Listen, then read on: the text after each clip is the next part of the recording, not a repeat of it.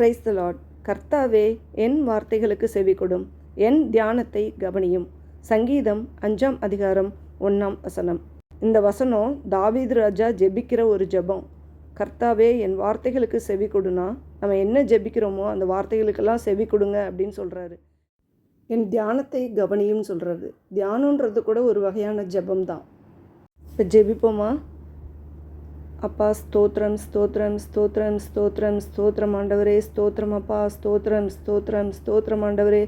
அப்பா, இப்போ தாவீது ராஜா சொன்னது போல், கர்த்தாவே, என்னுடைய வார்த்தைகளுக்கு நீர் செவிகொடும், என் தியானத்தை கவனியும் சொன்னாரே அப்பா. அதுபோல் நாங்களும் இப்போது உம்மை நோக்கி கூப்பிடுகிறோம் ஆண்டவரே. எங்களுடைய சத்தத்திற்கு, எங்களுடைய வேண்டுதல்களுக்கு, எங்களுடைய விண்ணப்பங்களுக்கு, எங்களுடைய வார்த்தைகளுக்கு நீர் செவி கொடுக்கிறவராக இருக்கிறீர் ஆண்டவரே. அதற்காக உமக்கு ஸ்தோத்திரம் ஆண்டவரே. எங்களுடைய தியானத்தை நீர் கவனிக்கிறீர் அப்பா. அதற்காக உமக்கு ஸ்தோத்திரம் ஆண்டவரே. அப்பா, உமக்கு பிரியமான வாழ்க்கையில் எங்களை நடத்தி கொண்டிருக்கிற தயவிற்காக உமக்கு ஸ்தோத்திரம் அப்பா. எங்களை விட்டு கொடுக்காத ஒரு தேவனாக நீர் இருக்கிறீரே அப்பா. அதற்காக உமக்கு ஸ்தோத்திரம் ஆண்டவரே. நீர் எங்களை தாங்குகிறவரும், தப்புவிக்கிறவரும், விடுவிக்கிறவருமாய் இருக்கிறீரப்பா. அதற்காக உமக்கு ஸ்தோத்திரம் ஸ்தோத்திரம் ஸ்தோத்திரம் ஆண்டவரே.